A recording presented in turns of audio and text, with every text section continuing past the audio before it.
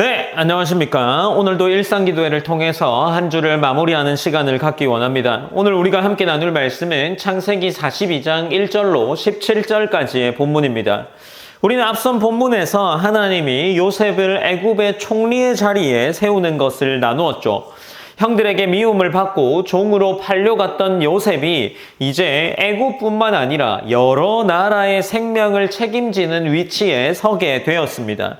그리고 하나님께서 말씀하신 대로 큰 흉년이 시작되자 각 나라 사람들은 양식을 구하기 위해 애굽으로 내려오게 되죠. 오늘 본문은 바로 그 흉년 속에서 오랜 시간 끊어져 있던 형제들의 관계가 다시 마주하게 되는 장면을 기록하고 있습니다. 오늘 1, 2절 본문에 보면 야곱이 애굽에 곡식이 있음을 보고 아들에게 이르되 너희는 어찌하여 서로 바라보고 있느냐라고 말하면서 애굽으로 가서 곡식을 구해올 것을 요청하고 있는 거죠. 답답함과 긴장이 함께 드러나는 표현입니다. 상황은 어려워지고 있는데 아무도 움직이지 않아서 야곱이 이야기를 꺼내고 있는 거죠. 그래서 하나님은 기근이라는 현실을 통해서 당신의 계획을 이루어가고 있는 겁니다. 그리고 이제 3절로 5절 말씀해 보면 요셉의 형 10명이 애굽으로 내려갑니다.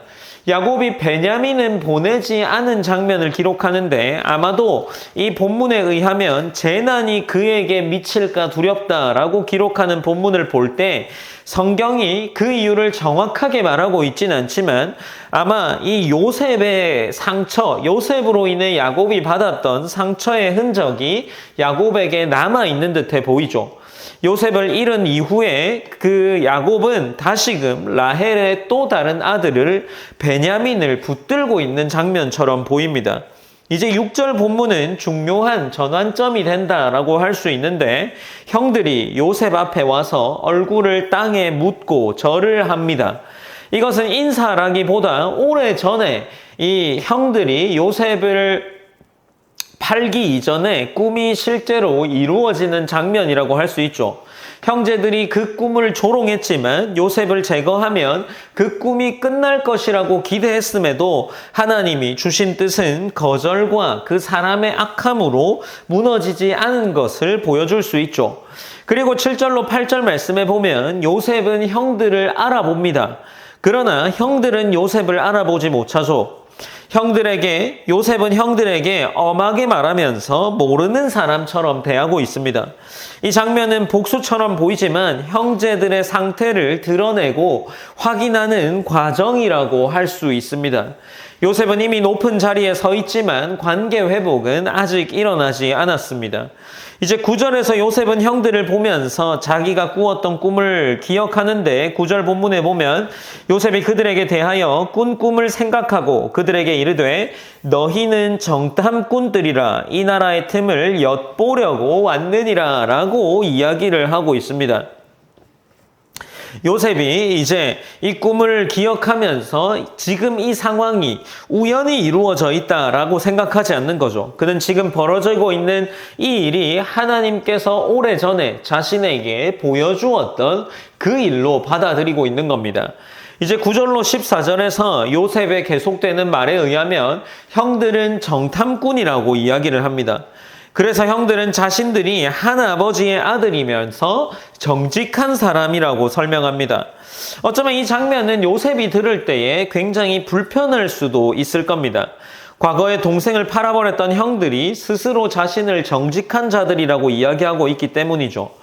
본문은 아직 형제들이 진짜 변화되었다라고 말하지 않습니다. 오히려 하나님께서 이러한 과정들을 통해서 요셉의 형들의 내면을 드러내고 있는 거죠.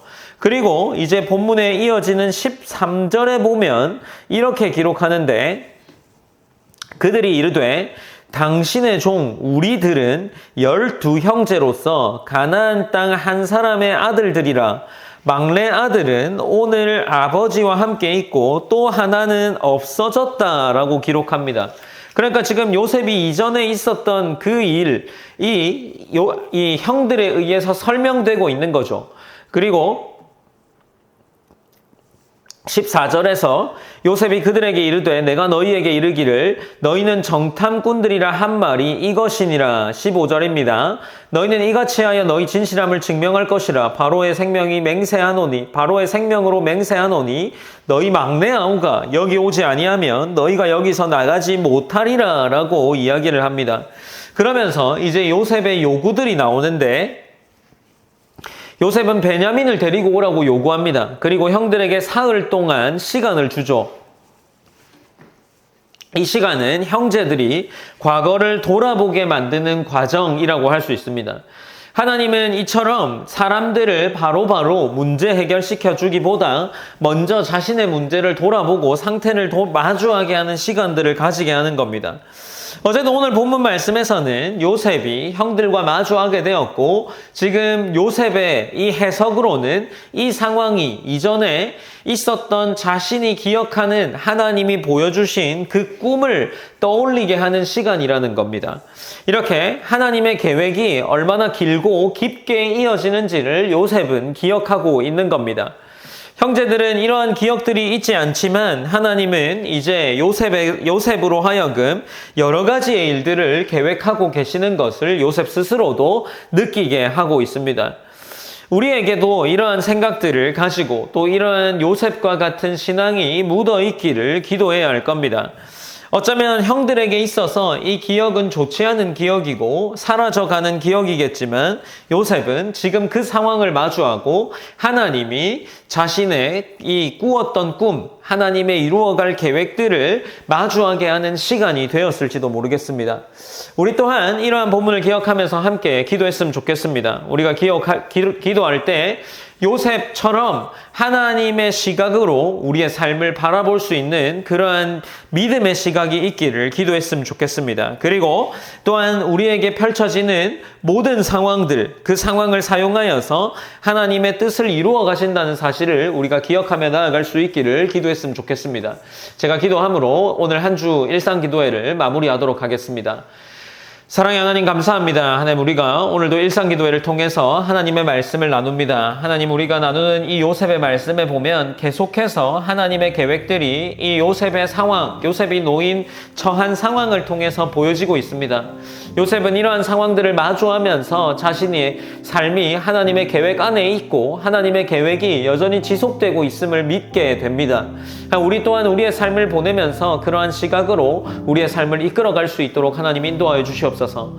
하나님 우리의 삶이 분주하기 때문에 또 우리의 삶에 펼쳐지는 여러 가지의 개인적인 상황으로 인해서 이러한 시각을 가지는 것이 참으로 어려운 줄 압니다. 하나님 그러나 그럼에도 불구하고 하나님께서 주시는 믿음의 시각들이 우리의 삶을 성장시키고 또 하나님이 보게 하시는 그 믿음의 시각이 우리의 삶을 살아가는 태도를 바꾸게 할 것을 기대합니다. 우리 가운데 그 시각들이 허락되어질 수 있게 하시고 하나님께서 늘 동행하신다는 사실을 기억하며 살아갈 수 있는 우리 성도가 될 수 있도록 인도하여 주시옵소서.